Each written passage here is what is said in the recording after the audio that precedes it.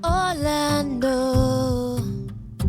Oggi con noi ci sono due sorelle che oggi hanno 15 e 20 anni. Quando sono arrivate ne avevano 6 e 11, quindi abbiamo fatto un bel pezzettino di strada assieme, e il nostro figlio che ha 12 anni.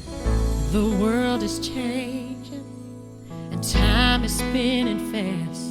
It's so amazing how you came into my life. Siamo dei genitori aggiuntivi, cioè di fatto ci affianchiamo o fisicamente oppure comunque in un certo periodo della loro vita ci affianchiamo e svolgiamo le funzioni da genitori. Ed è un ruolo a volte anche difficile perché di fatto non dobbiamo aiutarli a cancellare i loro genitori, ma dobbiamo aiutarli a ricostruire la figura dei loro genitori, aiutare loro a costruire il rapporto con i loro genitori, perché comunque il loro genitore nel loro cuore, nella loro vita rimane. Il loro babbo e la loro mamma saranno sempre il loro babbo e la loro mamma, e noi saremo sempre il babbo e la mamma affidatari. Di scorta loro ci chiamano a volte, siamo i genitori di scorta. I'm forever by your side. È stato importante chiarire subito sin dall'inizio qual era il ruolo di ognuno di noi, per loro e per noi, ma così anche per i nostri figli, per il nostro figlio, insomma, perché comunque anche per lui doveva essere chiaro qual era il ruolo, insomma, che avevamo in famiglia, ecco. E anche per lui, come diceva Alberto, è sempre stato molto chiaro il fatto che noi eravamo un po' i genitori di scorta, che comunque loro avevano la loro mamma e il loro babbo.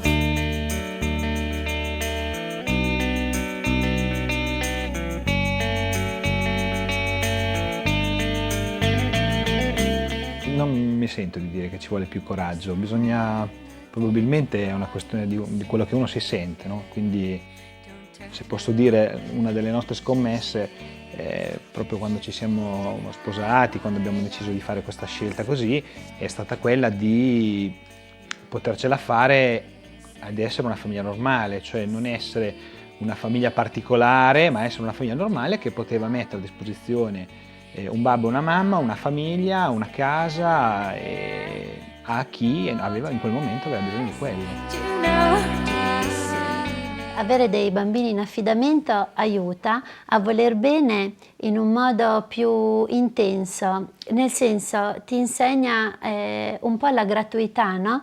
Il fatto di voler bene liberandosi un po' da questo senso di possesso, no? Della persona che tu ami.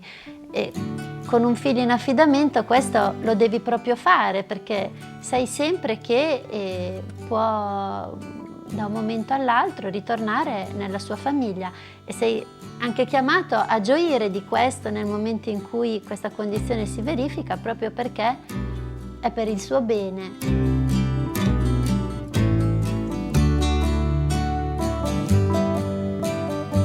Il successo dell'affido, il successo del nostro impegno, di tutto il lavoro che sta dietro l'affido è quello di fare in modo che questi figli, questi bambini possano vivere un rapporto sereno con i loro genitori reali. On a cosmic train. Credo che poi comunque i rapporti con una famiglia affidataria, se si è costruito qualcosa, cioè rimangono, insomma. Poi magari si diventa zii, si diventa qualche cos'altro. Hanno dato e danno sicuramente tanto come danno dei figli.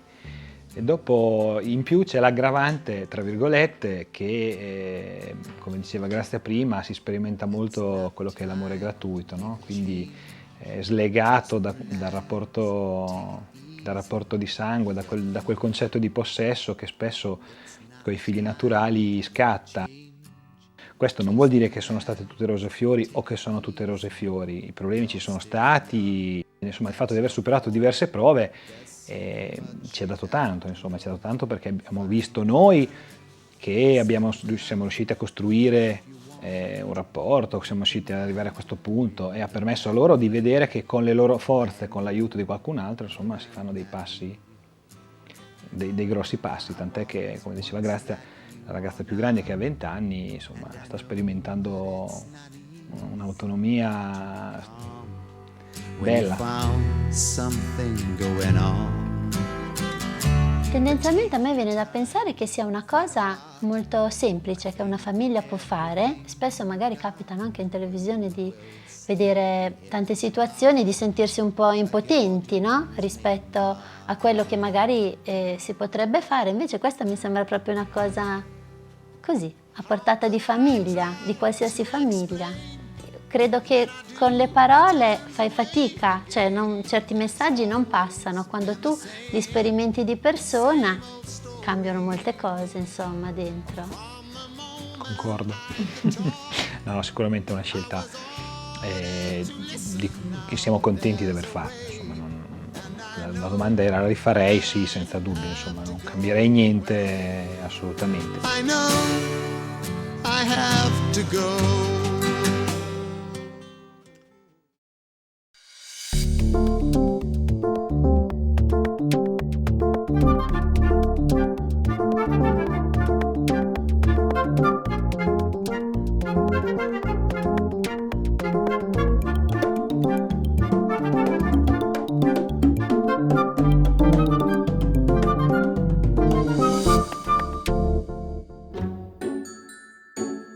Ogni giorno nel mondo si fanno 13 miliardi di telefonate. Ora, con una telefonata, puoi fare qualcosa di straordinario. Salvare una vita. Offri un pasto a chi non ha da mangiare. In Zambia 1500 bambini fanno affidamento su 26 centri nutrizionali. Alla mensa di Chalna, in Bangladesh, ogni giorno 900 persone hanno bisogno di un pasto. E così decine di migliaia di bambini e adulti in 27 nazioni del mondo. Sostienici. Chiama il numero verde gratuito 800 629 639. Un pasto al giorno. Qualcosa di straordinario.